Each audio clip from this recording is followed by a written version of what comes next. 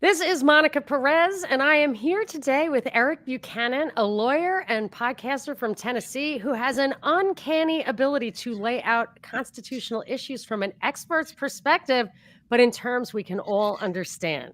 So strap on your tanks. We're going deep with a DiveMaster. Hi, Eric. Thank you so much for being here. It's such a pleasure always to talk to you. So thank you. Yeah, hey Monica, how are you? I'm great. I really enjoyed our last conversation. I'm not sure if it was technically on um, for, by, and of the people. Of for and by the Okay. yeah. See, that is not cool because I actually always have Constitution on my desk. But yes, so I really enjoyed our conversation, our last conversation, and I was just listening to a recent one, maybe the most recent one you did with Clint, who my listeners are very familiar with. And you were talking about how the government is structured and the Constitution. And I have one quick question before we get to what Sure. you're really talking about. So I insist that we're not a democracy. I mean, we're a republic, and I would say maybe a democratic republic, a representative republic. But you were digging into the way people vote for Congress, and actually I should have refreshed my memory. Do you think that qualifies? Because I always say, like, there's very little specifics about voting in the Constitution, and I just wondered, what do you consider us in a democracy? Would you ever use that as a term of art or slang of what we are? No. Right. Simple Okay. answer, no. I say we're a constitutional republic. Nice. Shorthand is republic. The Constitution actually guarantees every state a Republican form of government. The word democracy is not in our Constitution. You and I probably at one time were both fans of Neil Board's back in the day, and he used Yes. a quote from the old Army training manual from the 30s that told people democracy was a form of government noted by mob rule. Yeah. Oh my Yeah, gosh. Yes, yes, and I've actually lately thought, democracy wasn't even as bad as, like, rule by protest. It's like a flash mob rule, It's just, and obviously that's highly manipulated.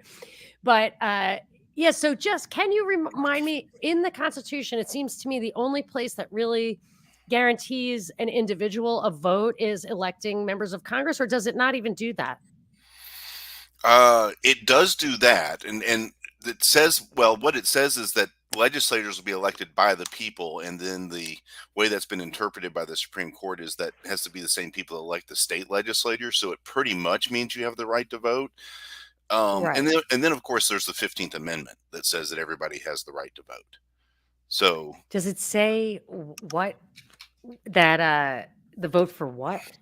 well, that's a good point. What to vote for? What's a good question. But if you have the right to vote in your state, you have the right to vote under the Right, so you have the right to vote according to state voting. Like, it right. just tells if the states can set, kinda like Roe versus Wade, it was like the states can set up the parameters, but when you set them up, there has to be equal protection, although the equal protection clause is in the 14th Amendment, Right. which is what I wanna talk about today. Sure.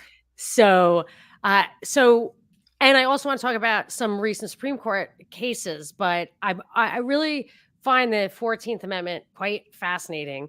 First of all, let's just say, so the the amendments, the Reformation amendments, or whatever you would call them, was it 14, 15, and 16, or It was 13, 14, 15. 13, 16, 14? 16 is the income tax. So that's a populist Oh, amendment. and 17 makes the Senate Is a populist popular, amendment. Right. right? Ugh, that's the Right. worst. I mean, de Tocqueville would roll over in his grave. Okay, and it's my understanding, if I had to put shorthand on it, that those, do you call them the amendments of the Reformation, or Reformation amendments, or what do you call those? Yeah, I mean, I actually heard something I like just recently that Senator Leahy once called them the second founding amendments. I thought Wow, I thought that was I can kind of agree with that. That accurate, whether the you like second it or round. not.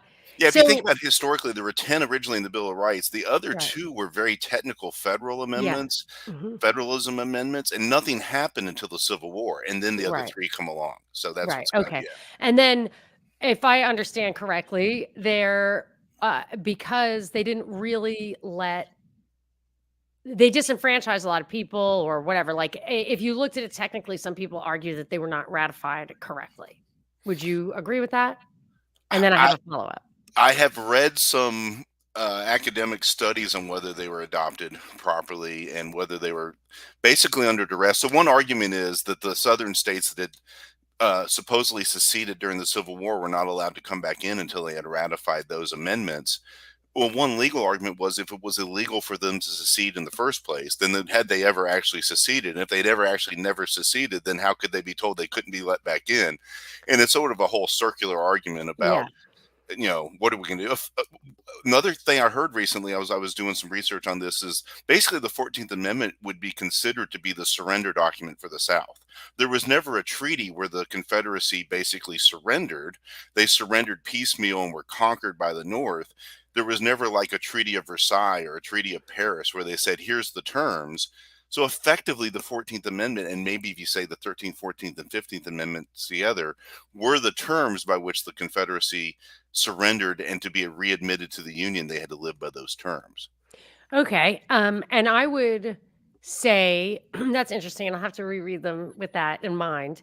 But I would say I agree with the idea that today, if you went around to the states or to whatever adoption process would be like absolutely withstand technical scrutiny, if you ask states if they would ratify those amendments, there's no doubt they all would. Now, of course, I mean, I think that there's no doubt like you could get what you needed for that, but of course, we were shaped by them already. So we're in a post 13th, 14th, and 15th Amendment world. So the fact that we now consider it foundational, fundamental. I mean, what would you call that? It's like almost tautological or whatever. You can't escape the trap.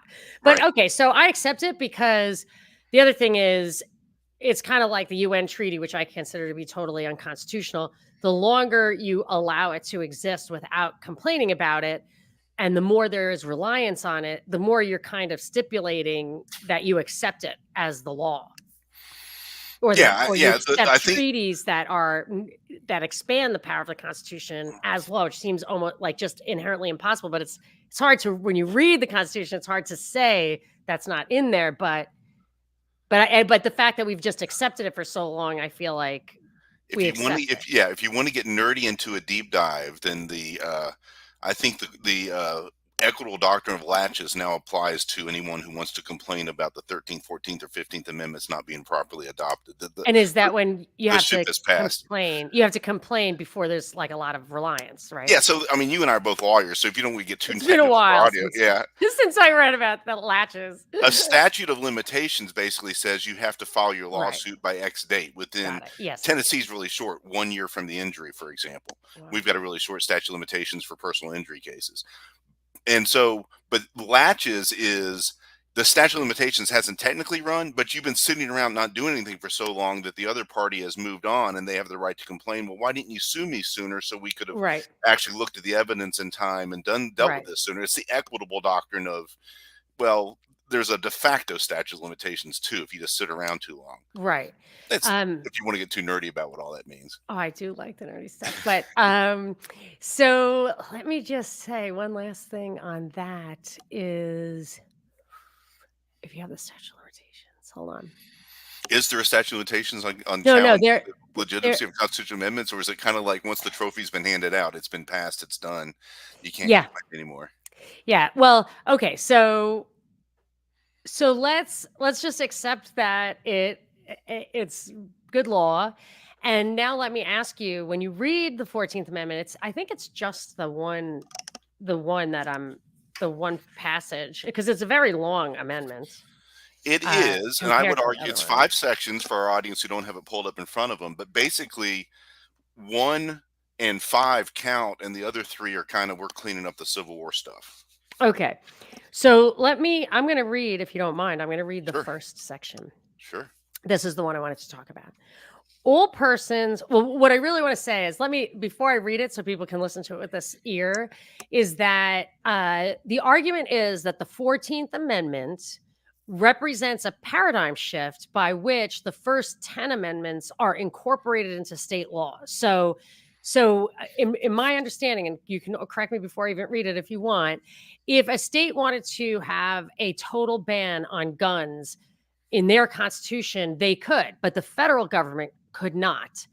Although I would argue that the Second Amendment is one amendment that actually has a positive obligation put onto the states to have a militia armed by the people, which I actually people are like, don't talk about militia. We're just talking about individual rights. I'm saying that I actually think that a militia is required by the Constitution. Maybe the only thing, the way like a jury trial is, that is like a positive thing the government has to provide you if it's going to step on you. I think they are requiring you to have a militia. But like in the First Amendment, it says Congress shall pass no law. Does that mean that a state cannot pass a law to have a state religion? I would say it could. But prior to the 14th Amendment, then the 14th Amendment, it's interpreted now to say that actually you could not, that it's all interpreted. It's not explicit enough for me, but let's read it and see what So, people think. What Hank, you, before you read it, let me yeah, just kind of restate what you just said in a way that I think helped our audience when Clint and I were talking about this. So, the first 80 years or so of the United States, from the passage of the Constitution in the early 1790s into the Civil War, people still referred to the United States as "are." The United yeah, States are something, and they were the foundation of the country was that we were actually all these independent colonies that had become separate countries.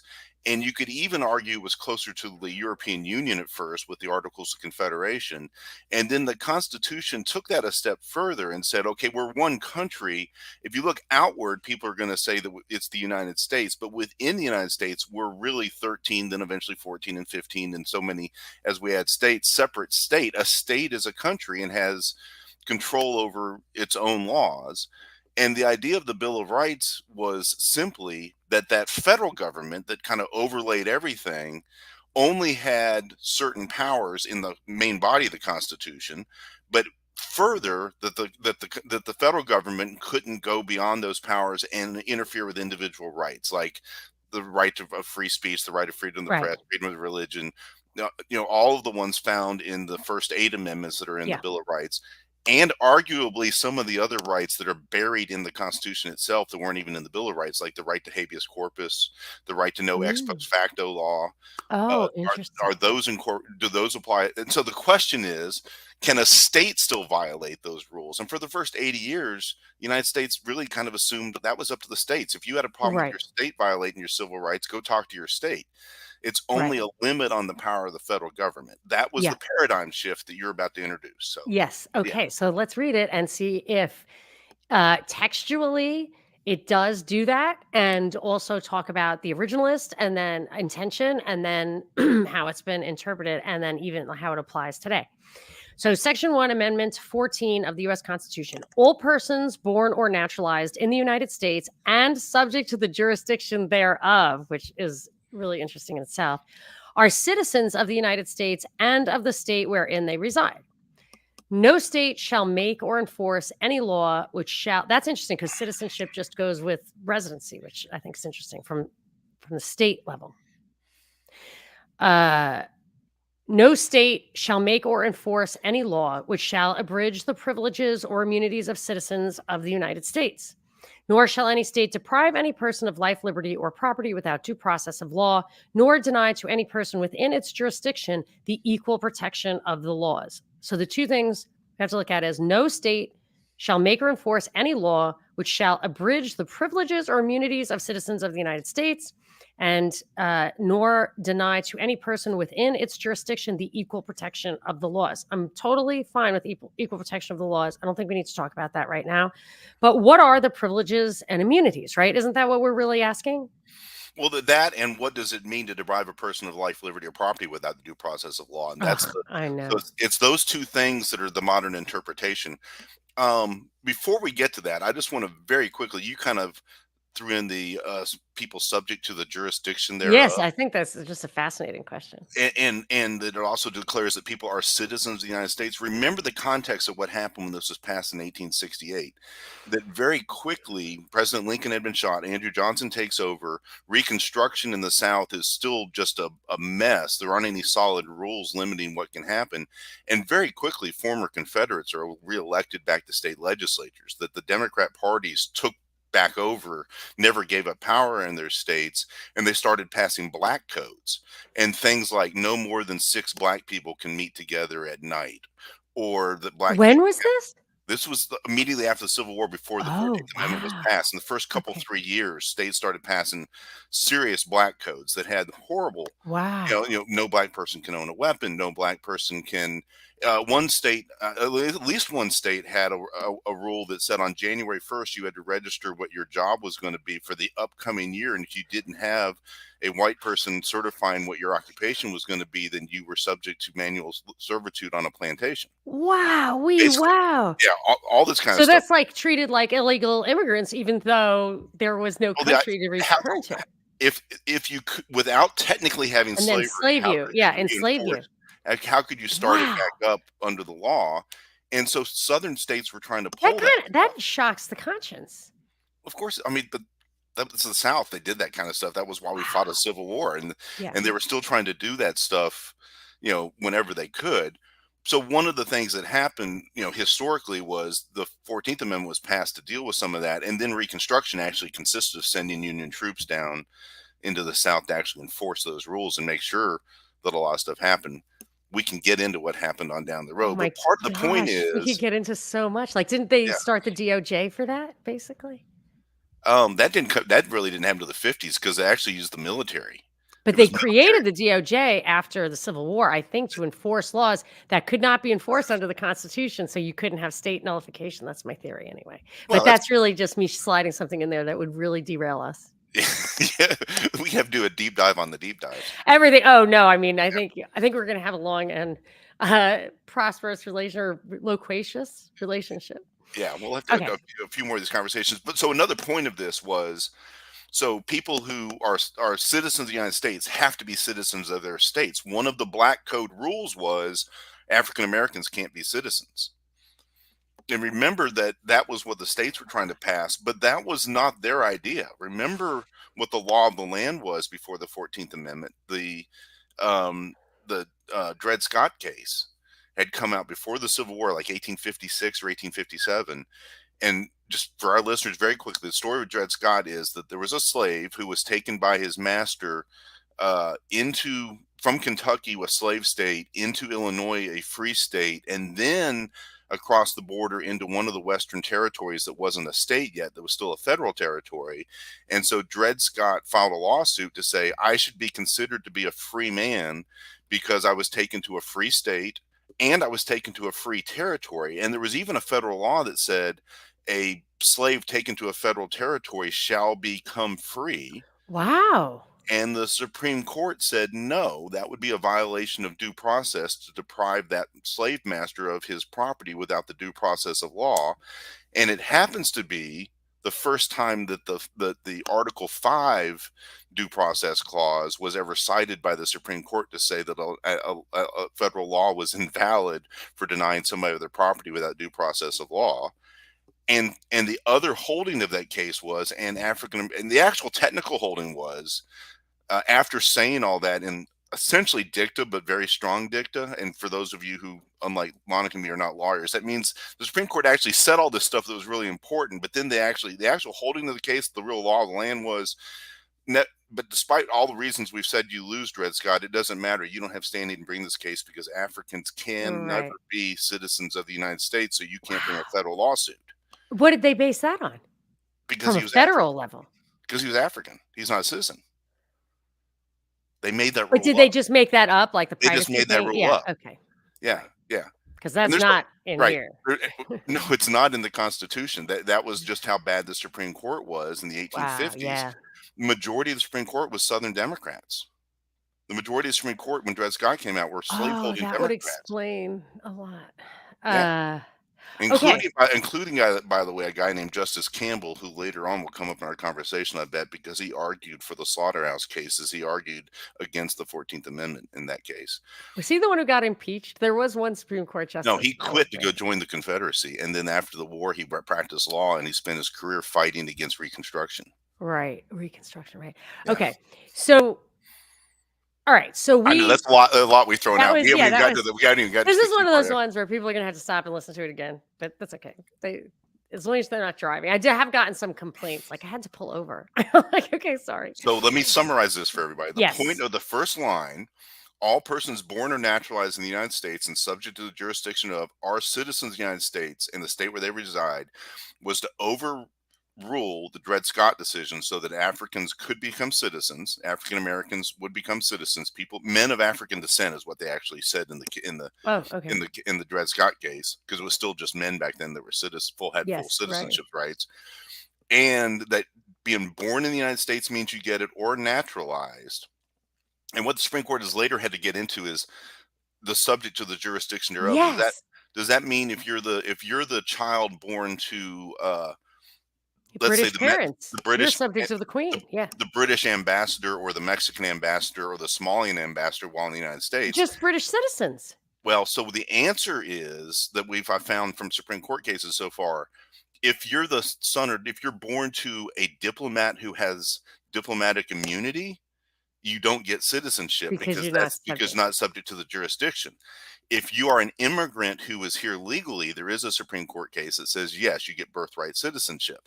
There is not yet a Supreme Court case that says whether or not an illegal immigrant gets citizenship. There is one Supreme Court case that says we assume you get citizenship, but they don't. The question wasn't actually before them. So there's actually that hasn't been squarely teed up yet. I've been looking for that case and it's not out there. So what about Native Americans? So originally, Native Americans were not considered citizens because they weren't that's actually what still they're not, not right? subject to the jurisdiction thereof. Actually, there was a law passed in 1935, the Indian American Citizenship Act, that American Indians were given the option to accept U.S. citizenship. There were some laws starting in the 1870s. And they have dual citizenship? Because, have dual, I'm talking about reservations not having to follow federal law. yes, they have dual citizenship. Right.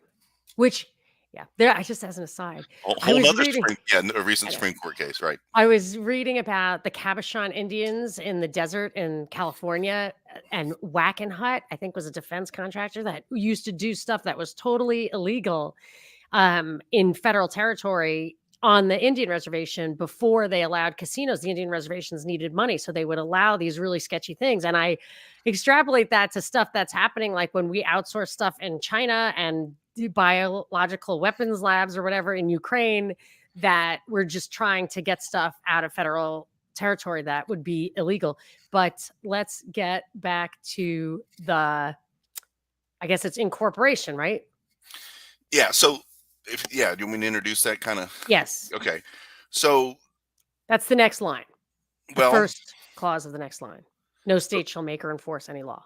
Yes, no state shall make any or enforce any law which shall be abridge the privileges or immunities of citizens of the United States.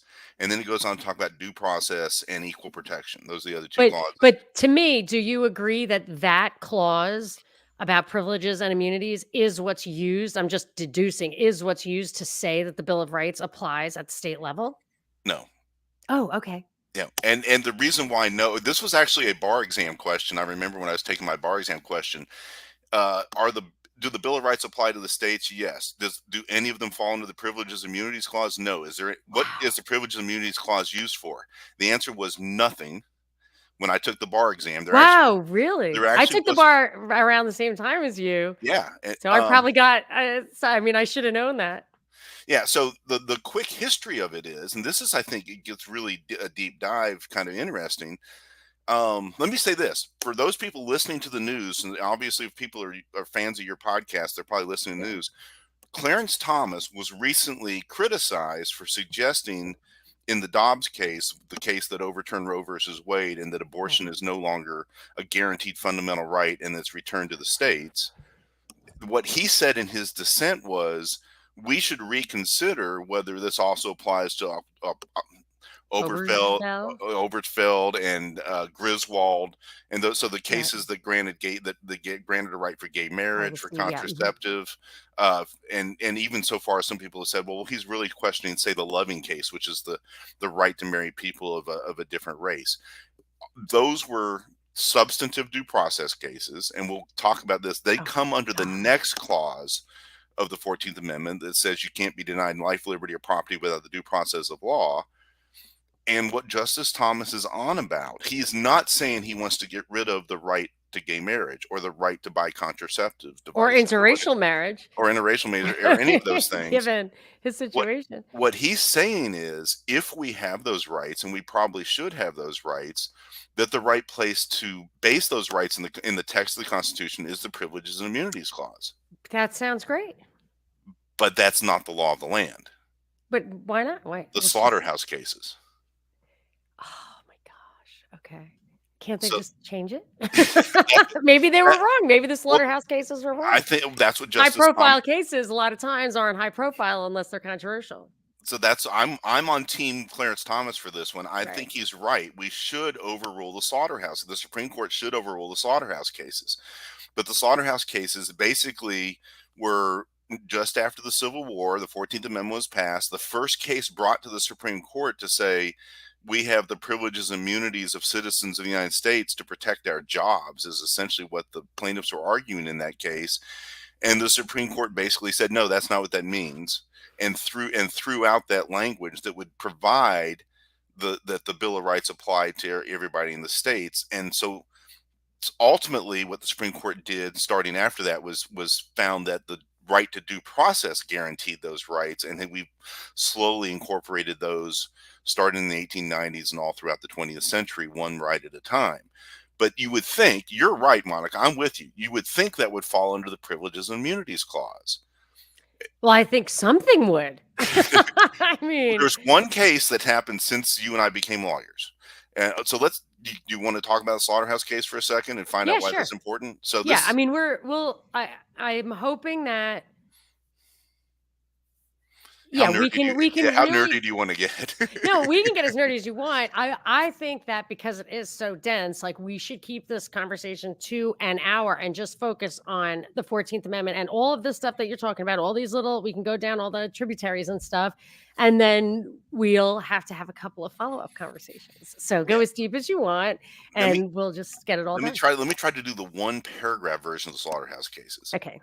New Orleans was a nasty place. If you've ever read Upton Sinclair's The Jungle, that was the cleaned up version of how nasty the slaughterhouses were in the Mississippi River. Really? Downtown New Orleans had over 80 The Jungle seems like an exaggeration. New Orleans was worse.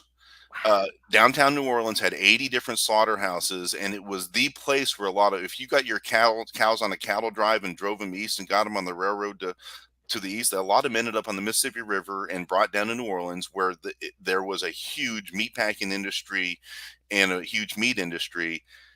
80 different slaughterhouses, 300,000 head of cattle a year were slaughtered and thrown into the parts that couldn't be used were thrown into the Mississippi River, and just as many pigs and that kind of stuff, even more. That's disgusting.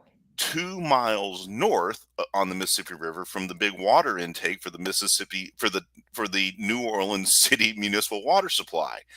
And the New Orleans just absolutely smelled. It was horrible. I mean, but how could that even not be just a devastating health hazard? But regardless of regulation, isn't it like, well, everybody's dying now, and there's green fumes in the air? Remember, this is the mid 1800s. They don't have germ theory yet.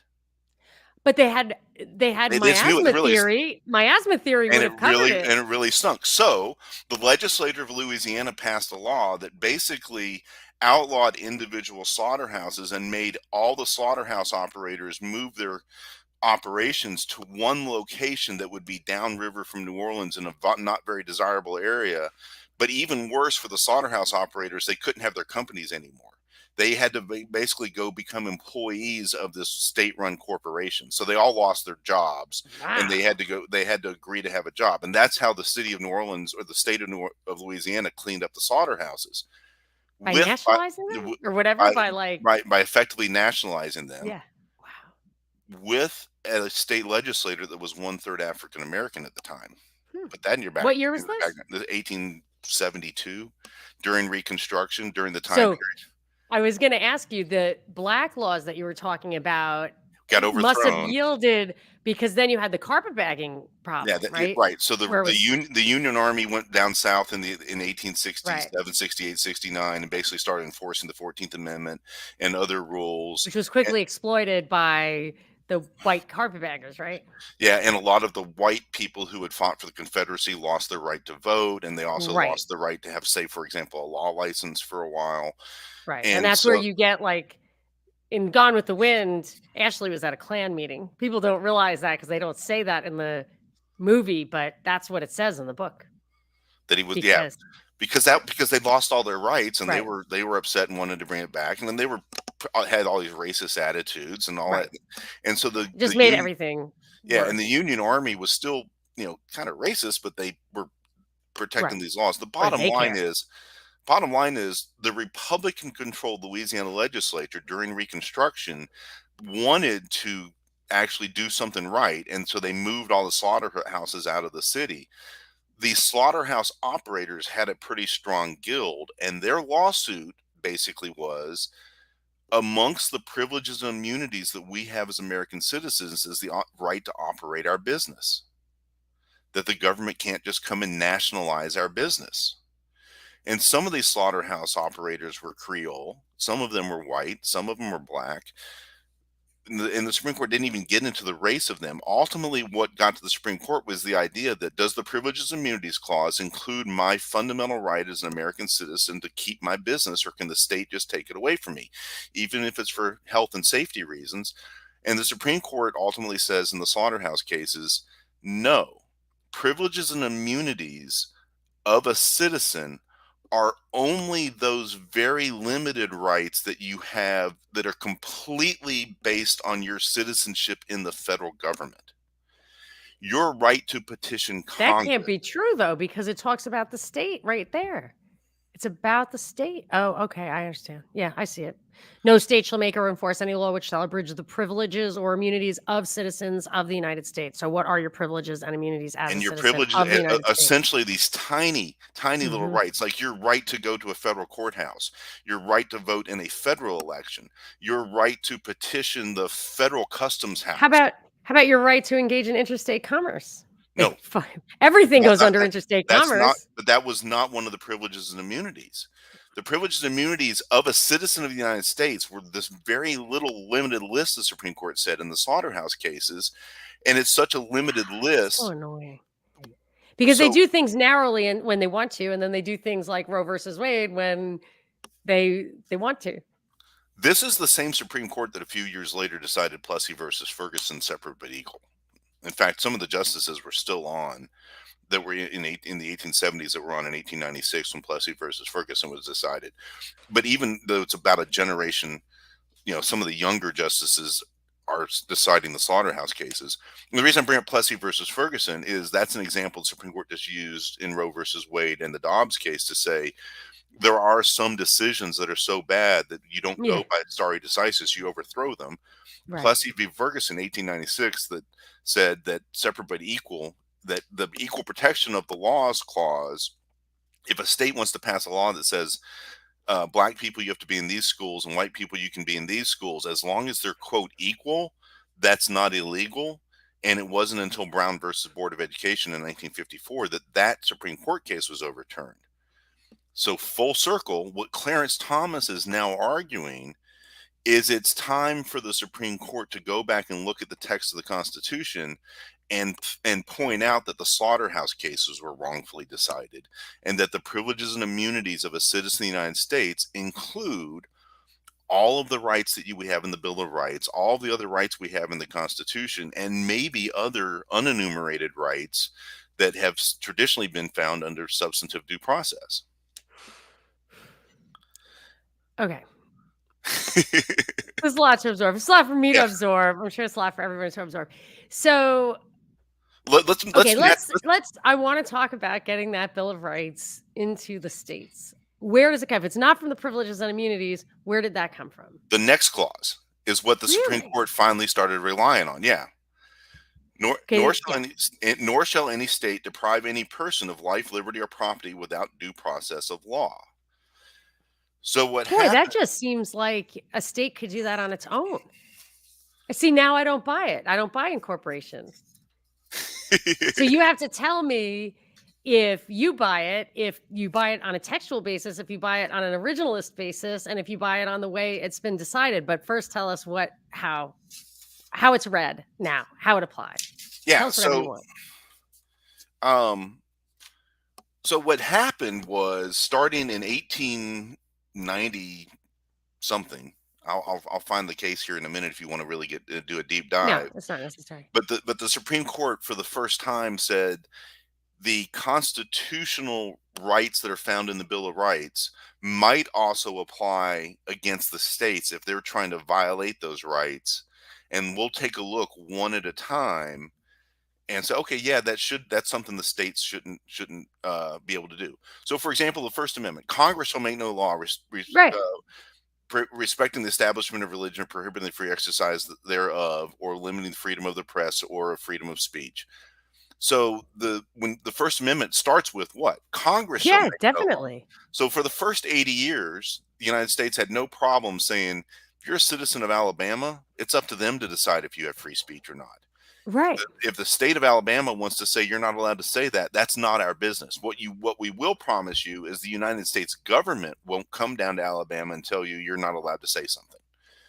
That the Congress Yeah. won't make How any could law. you possibly read the 14th Amendment as deleting the word Congress and inserting the word state legislature?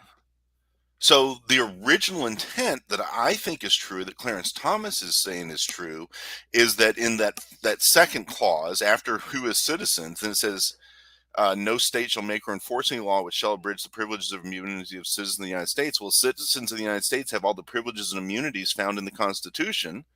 Yeah, that's That what would that, that's that what I thought it was.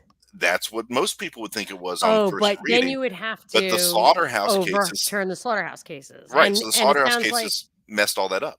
so. What will that happen? Do It's you gonna think be a that? while. It's gonna be a while, and especially with some of the demagoguing that's But going on about this. hold on. Okay, so let's just say the privileges and immunities are narrowly read as in the slaughterhouse cases, and you leave it there. Somehow, over the years, we've still been incorporating all that stuff through, I guess, the due process clause of this section of this amendment. How did they Right. justify that? And what difference does the slaughterhouse case make then if all that stuff's incorporated by the next clause anyway? So the first answer to your question is, how did they get there? And there were two reasons how they got there. One was the Supreme Court, I think, recognized, and this is kind of, well, actually, I'd say three reasons. One, the Supreme Court recognized that they'd gotten the slaughterhouse cases wrong, and the 14th Amendment really did mean that citizens would have the Bill of Rights protect them as against the states.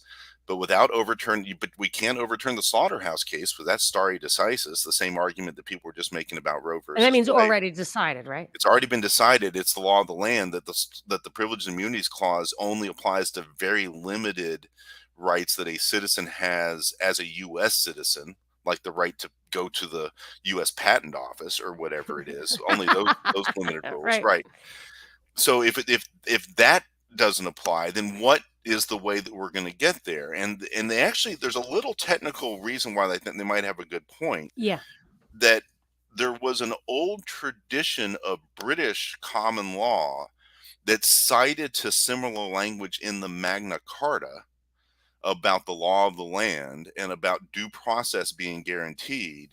And the British scholars, a guy named Coke was a famous, kind of around the same time as Black's Law Dictionary was being written. There was a famous jurist called Coke, and he actually went back during the time of the Stuart Kings, and they were sort of the evil monarchs of the end of the British period of monarchy before the British Civil War.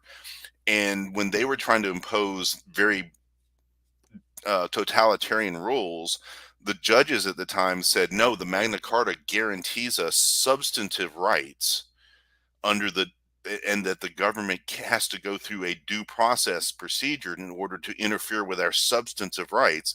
And they created this concept called substantive due process as this legal theory back in the 1600s that then circles back around 200 years later and 250 years later and starts getting cited by the US Supreme Court. A little they cite this, but they come up with this concept sort of also as a response to slaughterhouse cases. And they say your right to due process under the 14th Amendment is really two things. One, it's procedural due process, that the court or a judicial system or whatever system has to be fair. You have to have a right to a notice that you're going to have a hearing, the right to a counsel, right to a to the trial. Jury. Well, that's a separate right. The I right. do not like the plea bargains. I think that is an inalienable right. But Yeah, anyway, but go think ahead. about it, even in a civil case or an administrative law case. What's the bare minimum of due process? It's notice and opportunity to be heard. It doesn't have to be in front of a jury. It just has Yeah, to be I in feel front of a like decision maker that yeah. doesn't have an interest in the outcome of the case. Those kind of fundamental fairness procedural due process rules, that falls under procedural due process. But then the courts also said, but wait a minute, there's also substantive due process, a limit on the legislature or the state, uh, their limit on the state's ability to limit life, liberty, or property without due process means there's certain laws they can't even pass in the first place. That's the theory that they use to get to the idea of substantive due process, means that those rights that we have as American citizens in the Bill of Rights also apply to the states. And that started in the 1890s. And Okay, I have throughout the to 20th century, digest but they this. haven't incorporated all of them. So you cannot. It's like 3 strikes you're outlaws would violate this due process, right? They should. Procedural or substantive? Substantive. Yeah, so that would if you're going to argue that you have a liberty right that is substantively protected by the It's Constitution. expressly protected in the Constitution. Right? The right to a jury trial, it doesn't say unless you've already gone to court twice Right. So it or depends on, 3 times. okay, so hypothetically speaking, if Congress passes a law or a state passes a law, let's keep it clear and make it a state passing law, so we'll talk about incorporation and how it Okay. works. If a state passes a law that said if you're convicted 3 times of a felony, the third felony conviction, the sentence shall be life without parole. Right. Right? Are you entitled to a jury trial with a notice of your hearing and opportunity to be represented by counsel at the first trial of the first case? Yeah, I mean, yeah, but like that's I don't care And you because right, but my point is this. So for so you procedural could due just make process, up the process as you go along. It doesn't have to be an objectively fair process. It doesn't well, have to be, you know what I mean? Like I feel like a jury trial, the process is in the Bill of Rights. It should if it's incorporated, it's incorporated. The process is there. I don't even like mental health incarceration, like being committed against your will without a jury trial. I don't like losing gun rights without a jury trial. I don't like red flag laws without a jury trial. Monica, who was the really famous philosopher who said something about the fact that in hell you get full due process where all your rights are strictly followed, but it doesn't mean they actually pay attention to whether it's right or wrong. There's a famous British philosopher that essentially said that. Well, there's That also a famous Brit who said that the most important right is the jury trial. right. What's the minimum requirement for due process to be procedurally correct? And we know it's a notice that they can't just have a trial But without why are it, you right? saying that that's what we know? I don't think that's what we know. I think I can read the Bill of Rights and say there's more to it than that. Like, I disagree with that they can just, somebody decides. Who decides that? Who decided that? A Supreme Court decision? I mean, 1,000 years of British common law. 1,000 years of British common law. Okay. Yeah, So, yeah. so The there are idea of procedural due process goes back at least to the Magna Carta, but it no, has right. a I foundation understand before that, that. but the specifics of it are limited So, but remember, and there's a specific. difference between procedural due process and substantive due process. Well, what's a jury Procedural, trial? it's the right to a jury trial is a type of procedural due process for criminal cases and maybe for civil cases. And the reason I'm Right. saying it that way is because the Supreme Court has actually incorporated the right to a jury trial for criminal cases, and it applies to the states. But the right to a jury trial in a civil case has not been fully incorporated because states can actually have less than unanimous jury verdicts and less than 12-person juries in Right. civil cases. Yes. And the Supreme Court has said that's actually not a right incorporated, even though the Seventh Amendment guarantees the right to a jury trial. In federal juries, you have to have a unanimous verdict. In civil cases. Right. It doesn't say. It says in suits of common law where the value in controversy shall exceed $20, the right of trial by jury shall be preserved, and no fact tried by a jury shall be otherwise reexamined. So no double jeopardy. Then, according to the rules, That's not double jeopardy. Remember, this is civil in Seventh Amendment. no, I know, but in the Seventh Amendment, okay, not jeopardy, but it says no fact shall be retried. Right. That's res judicata. Okay. Okay.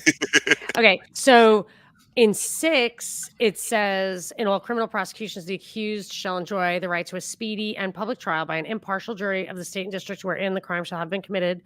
Uh, nature and cause of the accusation, confronted with witnesses, compulsory process for obtaining witnesses." Bill Cosby was denied this, and to have the assistance of counsel, but it doesn't say it has to be unanimous. No, you're right, it doesn't. But the federal, But is that well established that it has to be yeah, unanimous? yeah, the federal common law is that it has to be unanimous, And that's like an old British thing? and that comes from an old British thing. Okay.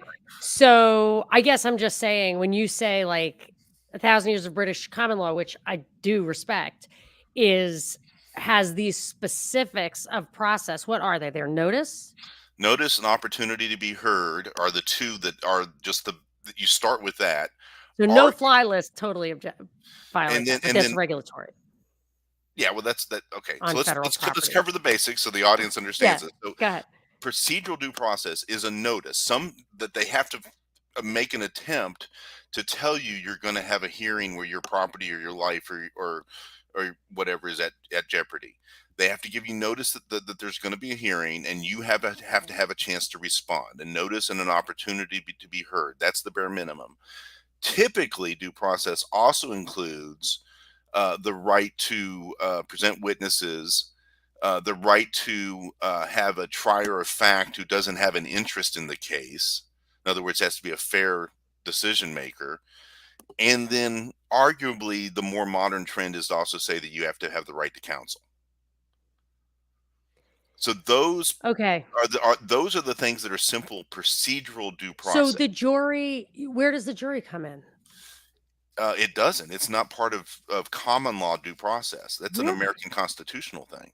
But It's also but part of it the was a traditional. British thing. Yes, it is. It's part of the people would say it's part of British constitutional law, but remember, Great Britain doesn't have a written constitution. That's their fancy way of Was it saying in that the part. Magna Carta? It's that way of saying that part of the British common law that's so set in tradition Yeah. that Parliament would better not Yeah. overturn it, or they look for it, or they Was look. it in the Magna Carta? The right to a jury trial for certain people is for criminal cases.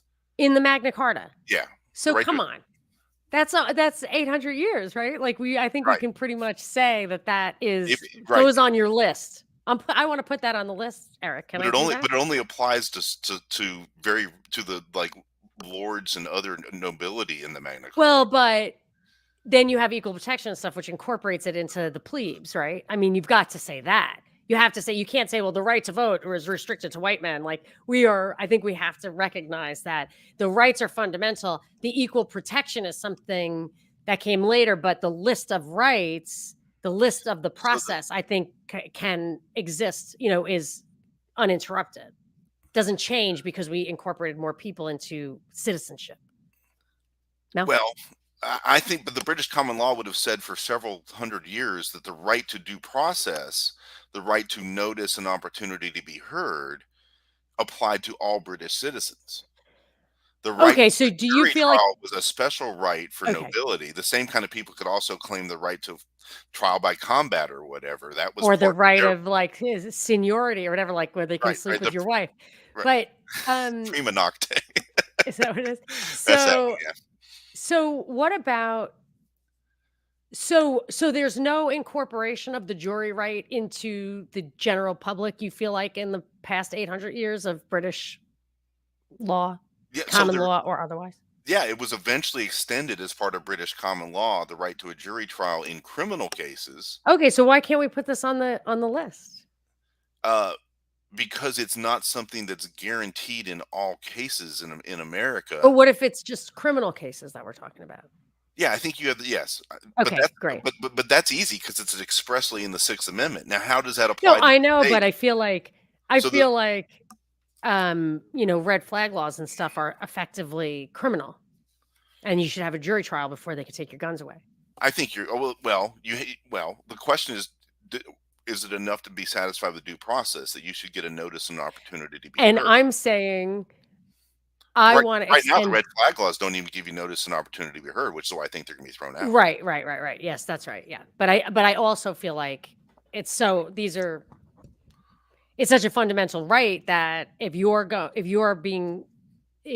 lose that right based on your character, I mean, I think that's what they're saying Because is of your just Instagram posts. by your yeah, but your character is inherently criminal, and that's why you're losing this right. There's no other reason to allow somebody to lose the rights.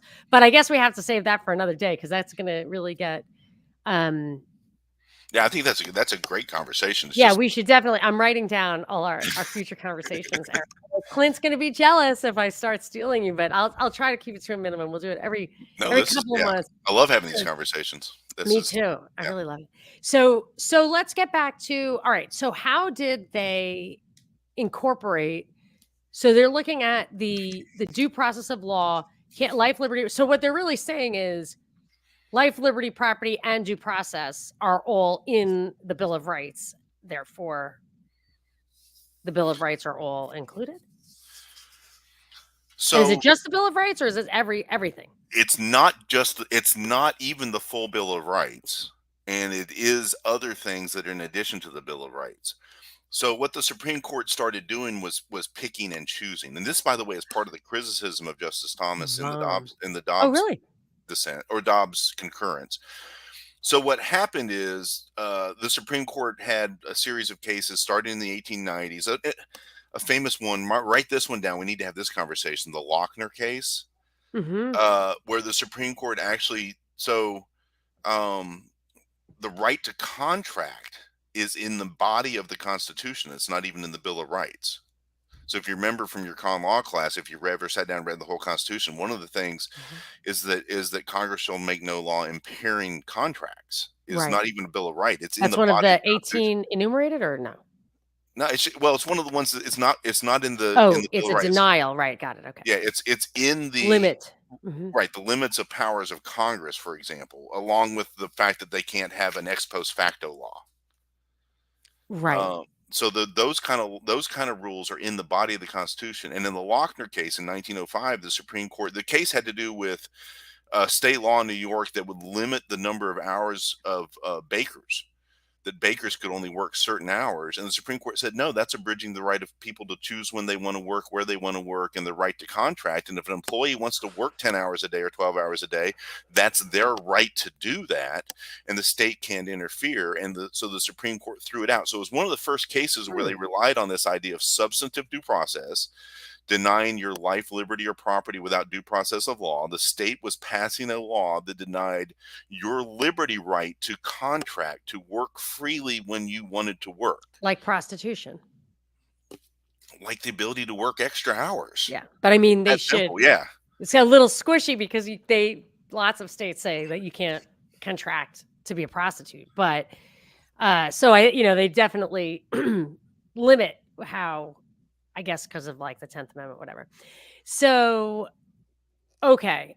So that, but then the Supreme Yeah. Court actually starts incorporating some of the other to express Bill of Rights, but then in the 1930s they throw out the Lochner case and they say that economic rights are not one of your liberty rights. It's only those rights found in the Constitution or non-economic liberty rights, and that's when they start doing things like, well, the Loving case, which is the one about marriage between different races, was actually Mm. based on equal protection more than it was substantive due process.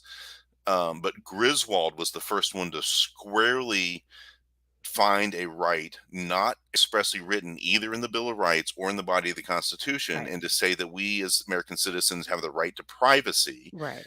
and that privacy right is basically built into the penumbras and emanations of the Oh, Bill of Rights and the rest of the Lord. Constitution, and therefore the state of Connecticut cannot outlaw the sale of contraceptives to private individuals. But you're not allowed to grow pot in your backyard. Like, it's just the hypocrisy. It's not hypocrisy, it's just inconsistency demonstrates, I think, that has nothing to do it's just policy decisions. That's the whole nother episode I would love to have, because this is actually part of the criticism of Justice Thomas, that he says first of all, we're starting from the wrong place. Remember, we're not supposed to be using substantive due process to determine what the other rights are that we have as Americans. The the founding fathers, those people who wrote the Constitution, including those founding fathers that was the Congress in the 1860s during the second founding of America after the Mhm. Civil War, when we went through this whole paradigm shift and became a country Yeah. that we're going to guarantee individual rights to Americans everywhere. The 14th Amendment says all citizens have the same privileges and immunities and the states can't get in the way. That should have been the guarantee we should have been Yes. discussing these other rights under. Yeah, I But agree. instead, we have this whole history of starting with the slaughterhouse cases, and I think they were like 1872 or 75, something like that. Gosh. That ever since then, we're not allowed to use privileges and immunities. There's only Well, one time the Supreme Court has used that, and that was in 1998. And they said this is one they actually said was interesting: the right of a citizen to move to a different state and be treated as a citizen of that state is one of the rare privileges and immunities. And so, if you remember the case where California passed a law that said if you moved to California, you had to wait a year before you could get California welfare benefits. Otherwise, California had to only pay you what your welfare benefits had been in your previous state of residence.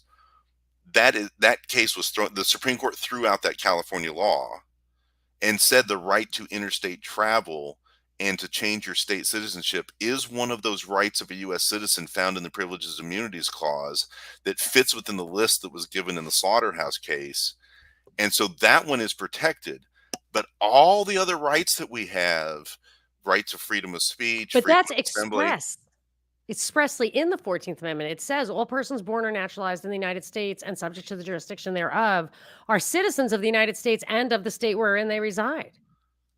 right. But they actually relied on privileges and immunities because the Okay. Slaughterhouse case had given the list: the right to go to the patent office, the right to go to visit Congress, Oh, oh. the right to go to a customs house. Those were the rights of a citizen, not the right to a job, not the right to free speech, not the freedom of religion, not to peaceably assemble, not to any of them. Those were not the rights of a U.S. citizen that were guaranteed in the Fourth Amendment according to the slaughterhouse cases. That's how stupid the slaughterhouse cases are. Digging deep into the slaughterhouse Okay. cases So is a whole so here's the great problem. great analysis It's of this. it's like a big knotted mess, all these Supreme Court cases that interpret the Constitution. And that gets me back to the fact that I do not like, and it wasn't dicta, right? Marbury v. Madison. Like they say out of nowhere that the Supreme Court gets to decide what's constitutional and what's not constitutional. It did not go to the actual like And substance of that wasn't that case. technically dicta? Yeah, that was dicta in Marbury versus Madison. Oh, dicta. Yeah, it was dicta. Yeah, right. It Okay. was, and why was it dicta? Because it had nothing, it wasn't pertain, they resolved the issue of the case without resorting to that decision. They didn't have to rule on that. They threw it in there and it's Yeah, used as precedent, but it's not, that's not really precedent, in my opinion. right. So they actually ruled in Marbury versus Madison that the guy claiming that he had the right to his magistrateship didn't have standing to bring it. Well, they should have started with that and then thrown the case out. Right. Same as Right. Dred Scott, saying that Mr. Yes. Scott didn't have standing, but all the other stuff that Dred Scott case said was all dicta. But it's all stuff that's been relied on for Yeah. for So it seems good to or bad. me that Marbury v. Madison made up this this role of the Supreme Court that is not in the Constitution to rule on the functioning of one of the other branches. And that to me goes to that actually recourse for unconstitutional congressional law is nullification by the states, which is why I think they brought in the Department of Justice in after the Civil War, because I think I think the South still was using nullification and they wanted to, and because there's no mechanism in the Constitution to enforce congressional law. There's no mechanism. So to me, it feels like, why is the Supreme Court ruling when there's no federal police force? There's, there was none of that stuff. States simply were trusted to enforce congressional law, and the Supreme Court was ruling on it to make sure, you know what I mean? It's a little, Yeah, it seems made up, and it violates checks and balances, and it requires some kind of interstate enforcement mechanism or federal enforcement mechanism, which isn't there. I don't like it. And and all this complication is a just demonstrates that it doesn't, like, there's no mechanism to correct it when it's wrong, you know? So my pushback would be that I think Marbury versus Madison's dicta is essentially the law of the land now because of Yes. it's too late to complain about it. It's everybody's Yes, accepted, latches. and that the court it's latches that the court has the power of judicial review. But I think it does accomplish what the founding fathers were trying to do, which is the idea that Congress passes laws, the executive, the president enforces the laws, and that the judiciary determines the validity of laws, which was the common law That was role the of way it worked? courts going Okay. back forever. That was well established. So That that's was why well, Thomas Jefferson is the one who won in Marbury versus Madison. Like, it was in his favor to have the Supreme Court rule in this way. But you're saying that's consistent with common law, that so that it probably was an originalist intention, even though they didn't put it in textually. Maybe it was so obvious. yes, I think so. Wow. And I think that's what the Supreme Court actually was citing to See, that I'm law. a textualist because I just can read it. That's all I can do. It's very easy to be a textualist because you can just read it. The originalist is a lot more complicated. Anyway, sorry, I interrupted you. No, no, but I think this is one of those situations where if we didn't have that, yeah, we might have states being able to nullify stuff, but at the end of the day, when the federal government wants to do whatever horrible stuff, remove the Cherokee Indians, deny, pass the Alien and Sedition Act, uh, whatever bad decisions the federal government makes or the Congress makes, you need to have a Supreme Court that protects our rights. And I actually am a big Well, fan of a lot of the substantive due process uh, incorporation rules. And you think about some of the other ones we've left out are all the criminal ones, like the Miranda case, the right to have your yeah, rights yeah, there are lots of Griswold, good ones. the what's the one? Gideon is the one that you have a right to counsel. Those kind of Isn't decisions. the right to counsel in the isn't the right to counsel in the Constitution? No, I think it's in the I don't think the right to counsel is expressly in the Sixth Amendment, is it? not in the sixth. I thought it was maybe it's the sixth. Because so like Gideon was the Yeah, yeah, case, yeah. Have the assistance of counsel for his defense. right? If you right, you can have one. Now, good luck hiring one. Oh, but you're saying that they should pay Yeah, for it. Gideon was the case that said that the Right. government But they has to should provide. because they're If the you ones who face put a you in serious right, jeopardy. if you Yeah. face a serious charge, you have the government has to provide you an attorney. Otherwise, they can That's the use one. it for That's the one with political it. Yeah, persecution. That's why. yeah. So I That's remember Neil Bortz once said, well, if they want Obamacare, they should make an amendment like that gives you jury protection. But I'm like, or counsel protection. But I'm like, no, the reason you get protection, the reason like the one thing the government should pay for is competent counsel because they are the ones with the power to put you in serious jeopardy for political reasons. And they are more empowered to do so if they think that you can't defend yourself. I actually think the exorbitant cost of lawsuits right now is a way to make sure that you can't fight back against bad law. Okay, so you think that it's totally valid see, because I wish that our culture that it was culturally entrenched rather than your way of like courts deciding on that stuff. My way, where the states are in the habit of nullifying congressional law all the time. Like I'd be happier for that. But I guess that's more of like an Articles of Confederation era thing, which I definitely want to spend an hour with you on that. So do you not? So you do you prefer it this way? You do not. You prefer it this way. You like the Supreme Court judging congressional law. And what would have been the enforcement mechanism? well, ask Andrew Jackson because he moved the Cherokees out to Oklahoma anyway, and he said, what army they're going to use to enforce this. Kind of quoting, was it Napoleon that originally said that? You Um, and what army? yeah, that was essentially, yeah, what army are they going to do? That ultimately our system of laws, that we are a nation of laws, that we respect the rulings of the court.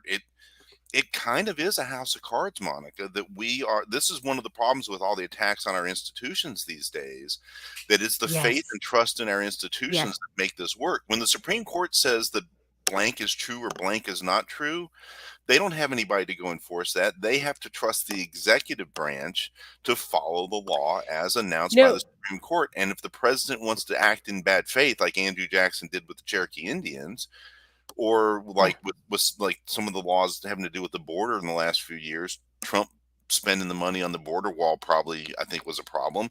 Biden not enforcing the limits on the border entry is a problem. Those kind of things.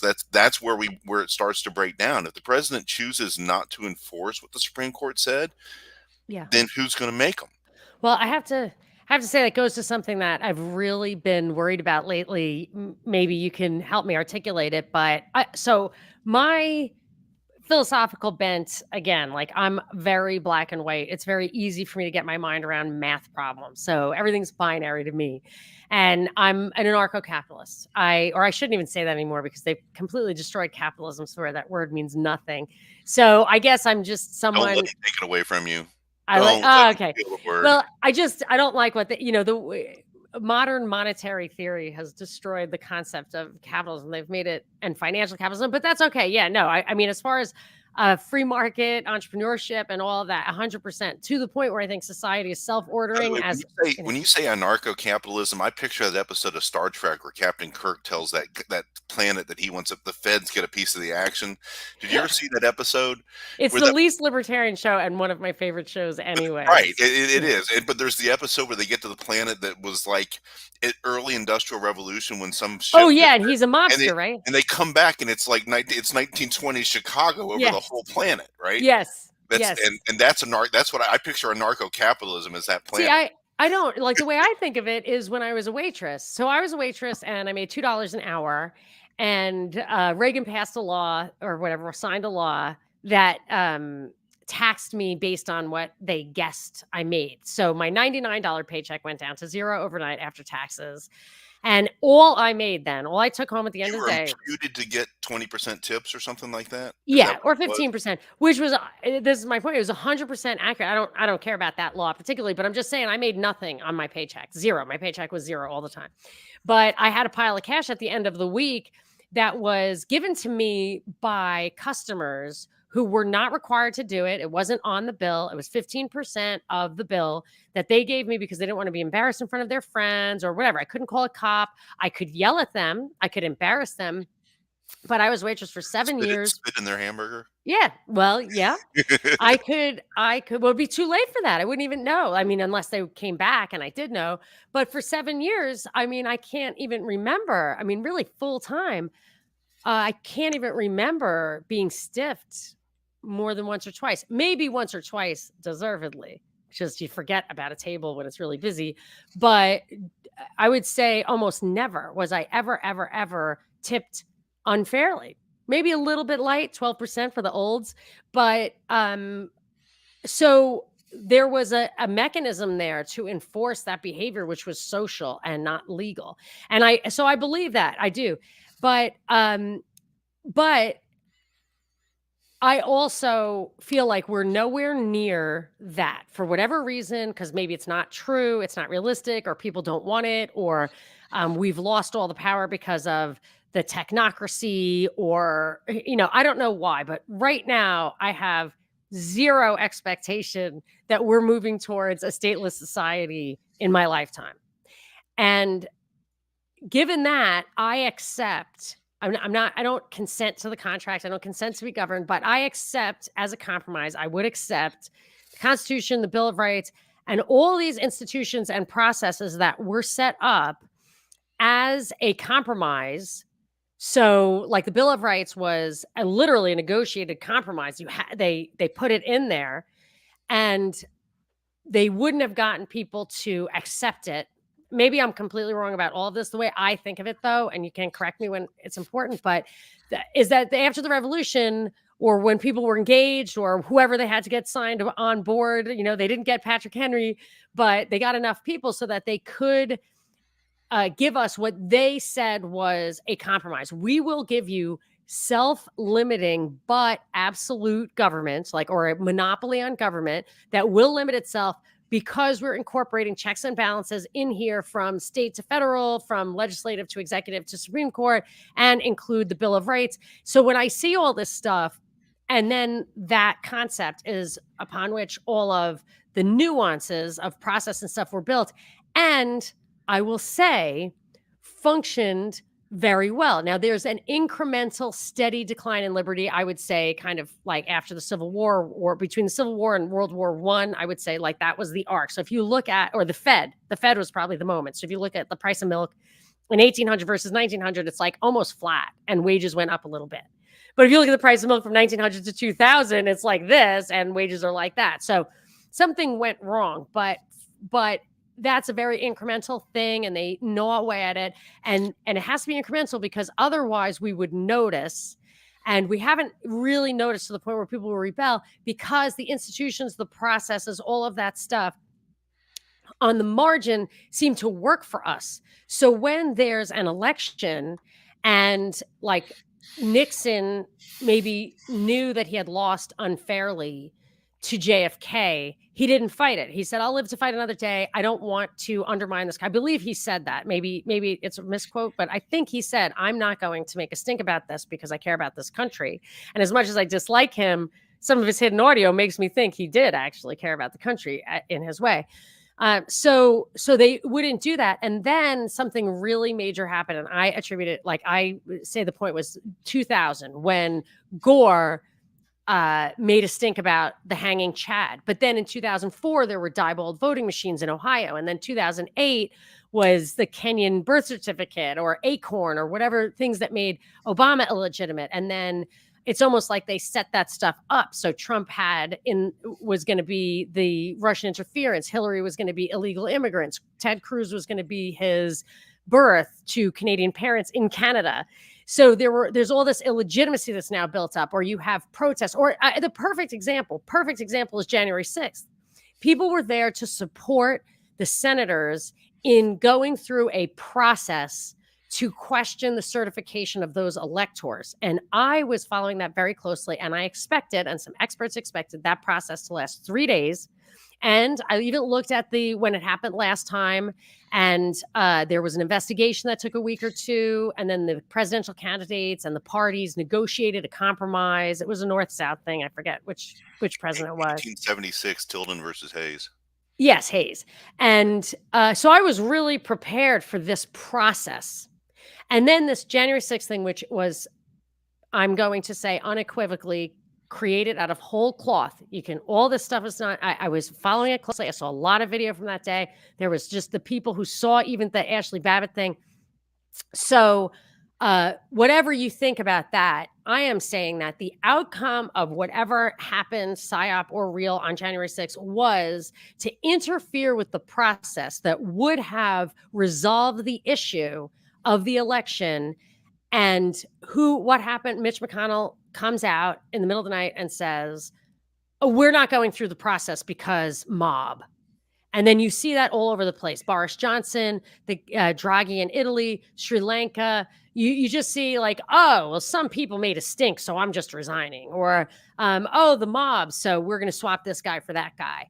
And it really alarms me that they are undermining process, because as much as, I mean, I am an anarchist and I accept, short of that, the process that we had, it was working. It was really working. And I feel like it's being undermined from the top because they want to implement this global technocratic totalitarianism.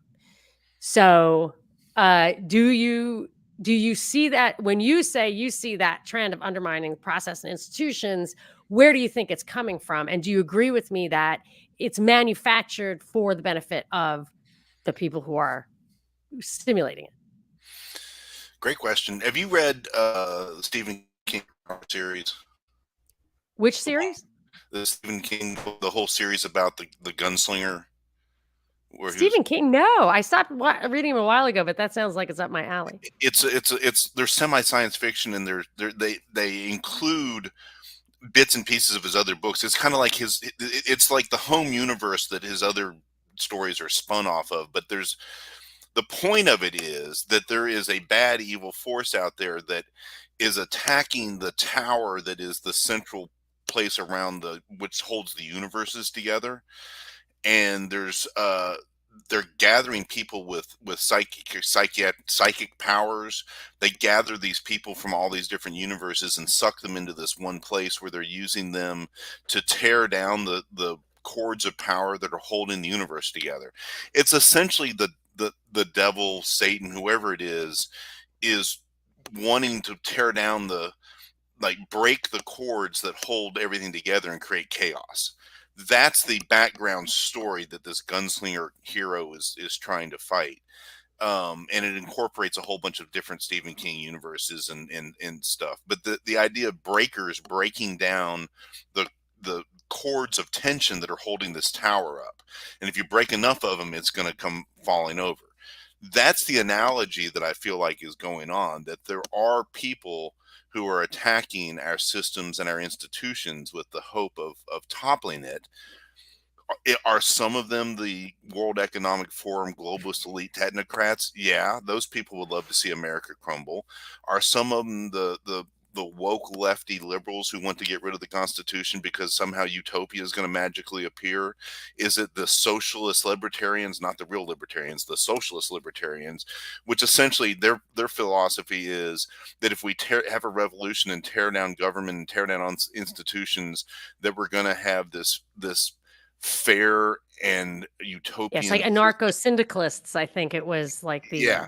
the So there's red anarchists. so there's all these different people out there that would love to see America fail because they either wrongly believe there's some utopia that's going to arise from the ashes, or that they have some idea, some goals that they're going to be able to be in power after all this. I think they're all wrong. I think if they collapse America, that the world's going to be a much worse place, that freedom's not going to have a home anymore, and that there's not going to be a country to aspire to for the rest of the world to look at. Right. And the people who were even the like rich people in Europe that would love to see this happen, I don't think they're going to want to be in that world where they've caused America to collapse or become one world government. Are all those people working together? I don't think so. I just Right. think there's a lot of different forces that are putting pressure on the American system. And the part that worries me is there are ordinary Americans who have become disenchanted because they keep hearing this propaganda. We're really a democracy, and the Senate is not very democratic.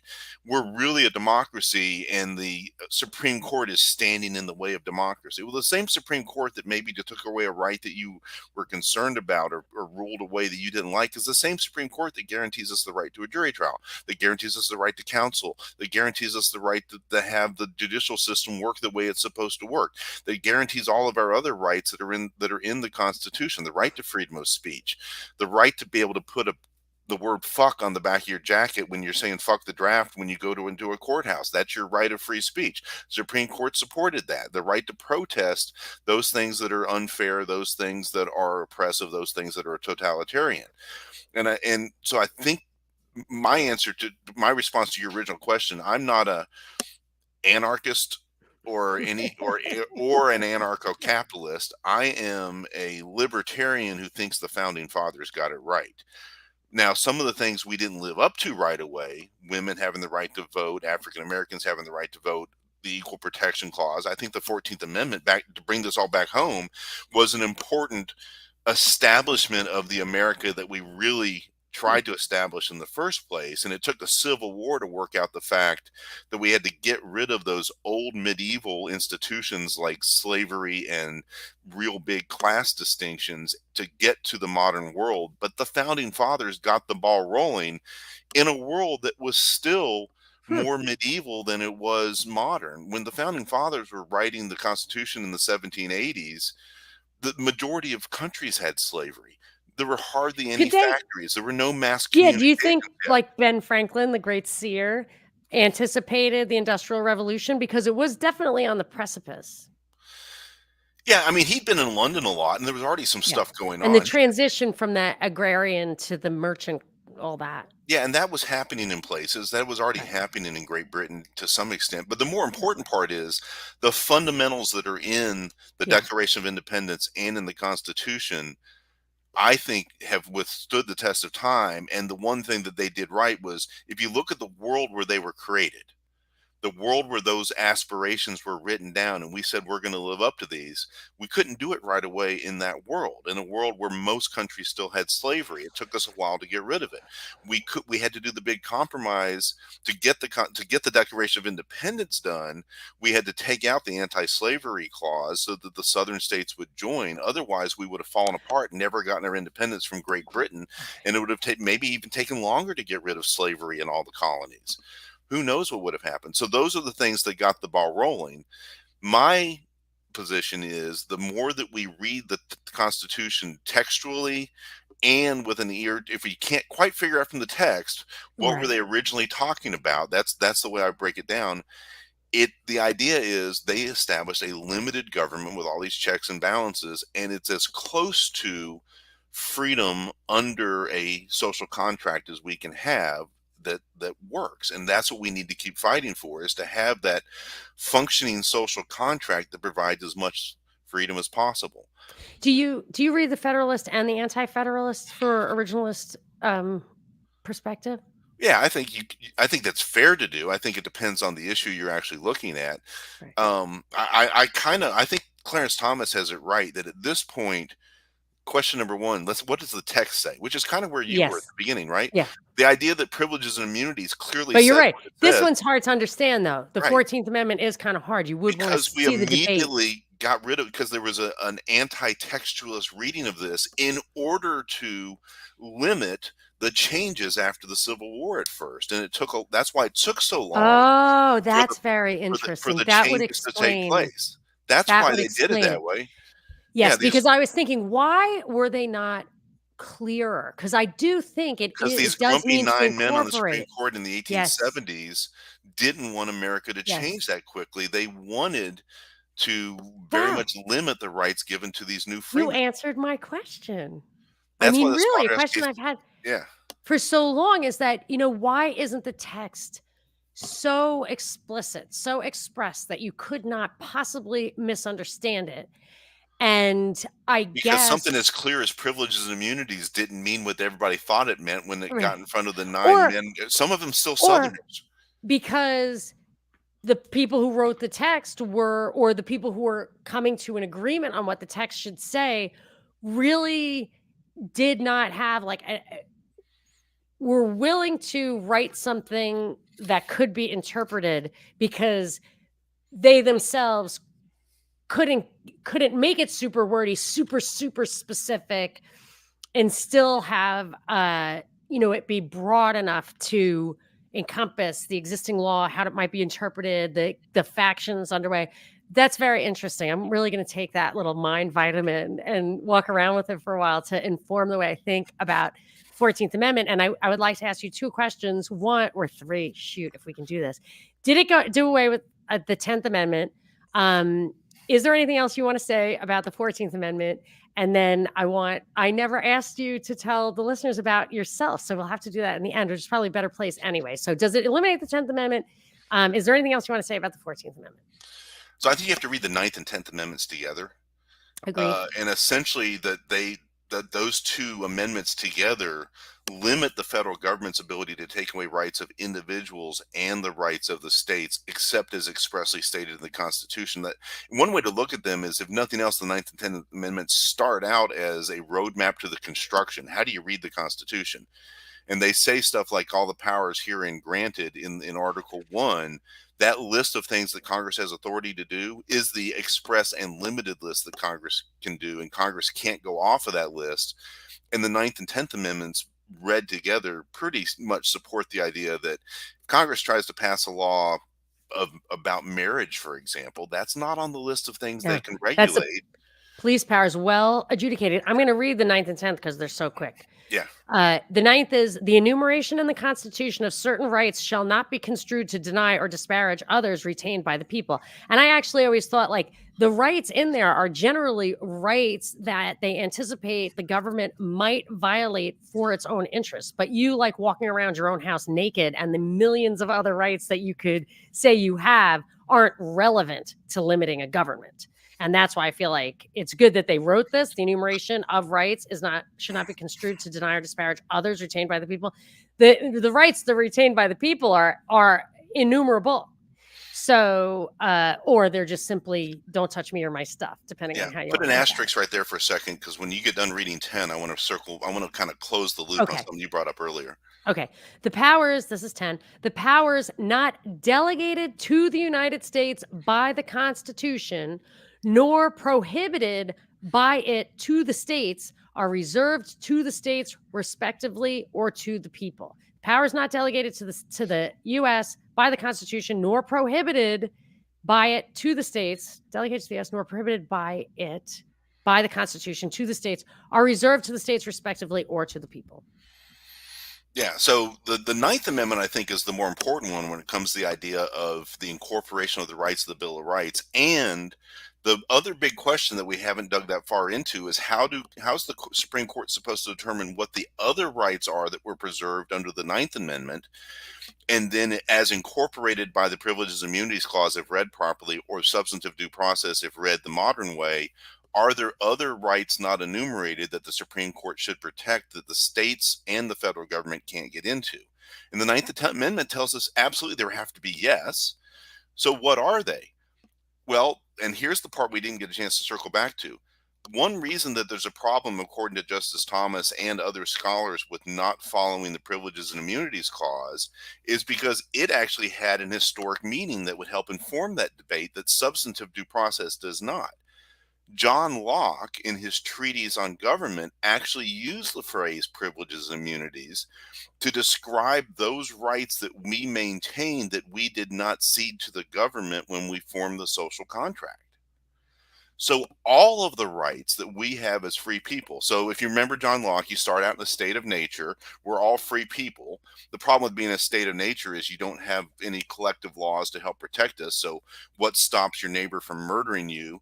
What stops your neighbor from coming over and robbing your cave and stealing your spouse or whatever? There's until you have those laws. But we enter into a social contract. What essentially what Locke would say is, what are the minimum laws we need to live as a society? What are those things we cede to the government? Well, I can't kill somebody anymore. I can't steal from somebody anymore. So we need police and courts to decide if somebody's guilty of murder or theft. But that leaves this whole laundry, not just a laundry list, just a whole imagination of the other rights that we have as free people that we don't have to cede to the government in order to live together. That was the whole idea of John Locke, and he actually used the phrase privileges and immunities. And so if you look at what Congress did when they wrote the 14th Amendment in 1868, and the fact that the Ninth Amendment was already on the books, that there's those rights that are protected even if they're not enumerated, that there is a source for the Supreme Court to protect other things. Now, would that list include gay marriage? Would that list include abortion? Would that list include the right to contraceptives? Does that list include the right to be a prostitute, the right to gamble, the right to Grow and smoke pot? grow your own drugs, and do it in the privacy of your own home, as long as you're not putting someone else at risk? Those kind of things. And I think that's where the libertarian argument actually exists under the Constitution, that those things are absolutely true and should be protected. And so when Clarence Thomas is currently being criticized, all the statists are in an uproar. They're just totally upset because they're afraid that his concurring opinion in the Dobbs decision from a couple weeks ago that says we need to revisit the Griswold case about contraception in Connecticut, or the Obergefell case about gay marriage. He's not saying get rid of those rights. That's what really pisses the disingenuous articles and stories you're hearing from the left right now, is that he's saying those rights are to be challenged. That's not what he's saying. He obviously can't literally think Loving should be overturned. Right. What he's saying, and it's right there in his concurrence, is substantive due process doesn't work for the same reason you were struggling with this, Monica. It's not what the damn Constitution says. The Constitution guarantees this procedural due process, fairness, but in the line before that, it guarantees all citizens of all states the same privileges and immunities across the whole country. That means the Bill of Rights, including the Ninth Amendment, which includes those rights not enumerated. So Slaughterhouse was absolutely disingenuously narrow. That's exactly right. And so what Justice Thomas is all about is we need to reconsider the Slaughterhouse cases and actually find all these rights that we have properly under the Privileges and Immunities Clause. That's amazing. Like, I really wouldn't have thought of his widely criticized concurrence as being potentially expansive. Because it's that good and people don't like it. And people started trolling me for an excuse to Yes. say that he's it's the same people that when you tell them you're a libertarian, they go, "Oh, you mean you're a fascist?" Because they don't Oh understand my what it gosh. means, It used to right? be, you mean you're a libertine. Like, it Yeah, just changes. They just wanna, because I know when people hate libertarians, I don't know whether they're conservative or liberal. I'm like, "I don't know." Like, people give me dirty looks. I'm like, I don't even know why you hate me, but whatever. You right. obviously, it's I'm just not saying what you want to hear, what you need to hear.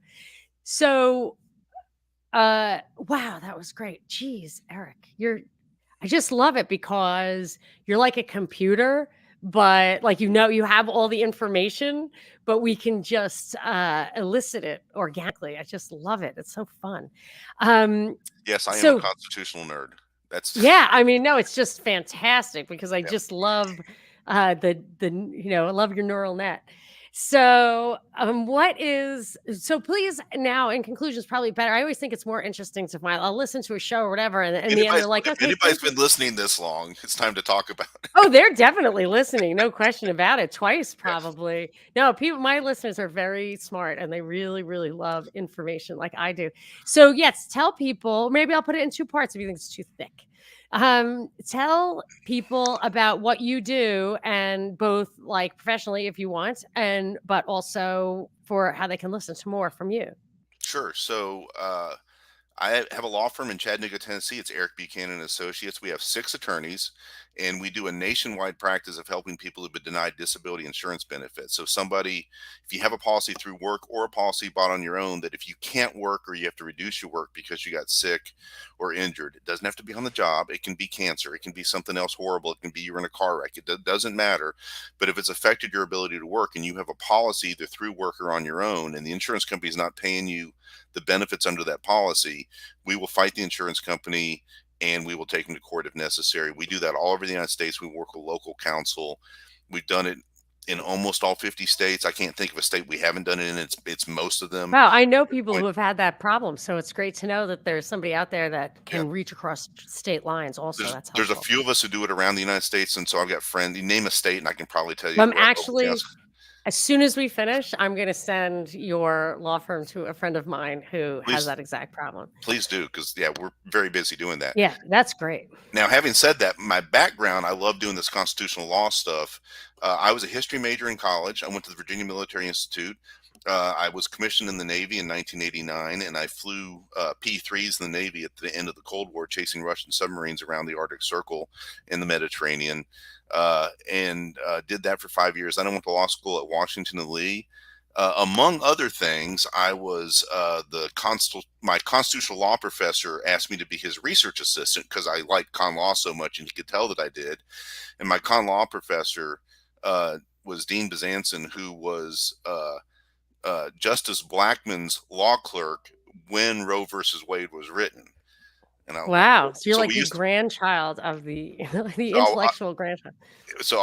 jokingly, we would say behind his back that he must have gotten a girl pregnant that summer in Washington Oh D.C. It's my why the decision came out that way. But that was a pretty Oh, neat. that is low, Yeah. but I wouldn't put it past them. And no, So, wow. in all seriousness, he was a brilliant guy. He asked me to Yeah, be his, and I actually that's spent amazing. a That must have year, been cool.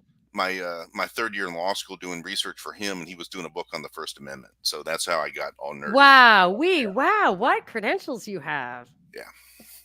That's super awesome, and then how can people listen to you? All right, so I do a podcast with Clint Powell. Our main podcast is of, by, and for the people. We come out Mondays at 10:30 Eastern Time, and we discuss current events in the context of Constitution, American history. We regularly have a guy on named Matt Durham, who's also a PhD candidate and works hard to listen to people across the aisle, to work to hear people who've come from different political and religious points of view, to try to get them to have communications. The three of us, I kind of have the libertarian point of view. Clinton has the conservative point of view. Matthew has the liberal point of view, but he's become more libertarian the longer we've been doing the conversation. I take credit for that too. I've done a lot of shows with Clint. Yeah. So and so the three of us try to get together every Monday at 10:30 to talk about current events and kind of some big trends in American history and the Constitution. And then on Tuesdays, Clint and I do a deep dive into the Constitution. We've been going line by line. We started with the Bill of Wow. Rights. We finished the first 10 amendments, and we're working our way through Article 1, which is the section right now, the section that describes the powers of Congress. That's super cool, and that's, because I listen to you on iTunes, and that is like a subcategory of, by, and for the people, right? Yeah, Up by and for the People has the Monday show and the Tuesday show. Both have the same name. Monday show's current events. Tuesday show is digging our way through the Constitution. Right. Look Yeah, up excellent. if you just go to where you get your podcasts and look up Clint Powell. That's another way to Yes, find us. yes. You'll find his Yeah, podcast it and was easy find for out. me to find. Yeah, I found it, and you know what? You need some reviews. I gave you a 5-star, but if thank you. Yeah, people just subscribe and then click, just give them 5 stars, you don't have to write anything. It just helps yeah. them push up on the search engine. Would love for people to come listen. Thank you for doing the review. We now have at least one. Yeah, you gotta tell people because it's Yeah, important for the search engine. It doesn't matter about, not people who are looking to listen. That's less important than just putting it out there, because you do a lot of work and it's really good and it's research, and it's unbiased. Like, you don't have an agenda to push. Obviously, you have a libertarian bent, but that's probably what's necessary to really understand the I Constitution. will admit we do have an agenda, and my agenda is to help people learn about the Constitution and American history because Yeah, I'm a little tired of all those people that are out yeah, there attacking our institutions and trying to tear the system down without understanding what they're doing. It's the old Overton fence rule. If you don't know why the fences yes. are there, don't tear them down. Let's talk about why we have these fences. Yeah. No, it's great, and I feel like it's time Chesterton's fence, for. sorry, not Overton, I was gonna Chesterton. say the Overton Yeah, window is Overton, where. Chesterson's fence. Yes. Yeah. So I do feel like it's time for me to really try to understand things a little more deeply, because we are being information overloaded in the media, and it's very easy to spend your time in the 24/7 news cycle and really not have any grounding to evaluate the crap they're feeding us from the left and the right. And we're competent. We are grown-ups. We can have these conversations. We can think this stuff through. That's why I'm such an advocate of textualism, not because there aren't nuances, but I will tell you, if you read this Constitution, which will not take you long, you will be 80% to full comprehension of it, just by reading it once.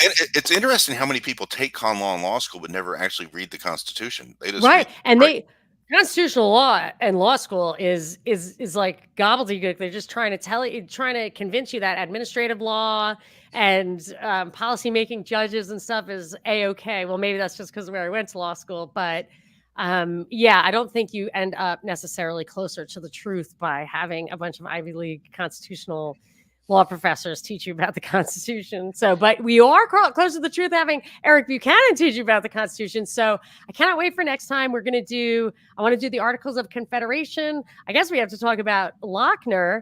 And let's see, I think I had a couple of more in my notes here. So I think we're going to make another date soon. Absolutely. All right, thanks a million, Eric. Thank Yeah, you. this was fun. Good job. Super, super fun. Okay, I hope people loved it. I'll look forward to hearing their response. Maybe we'll break it in two, but maybe we'll just give it to them all at once and let them listen to it twice all the way through. So, all right, see you next time. Thank you so much. Yeah, thanks, Monica. Good seeing you.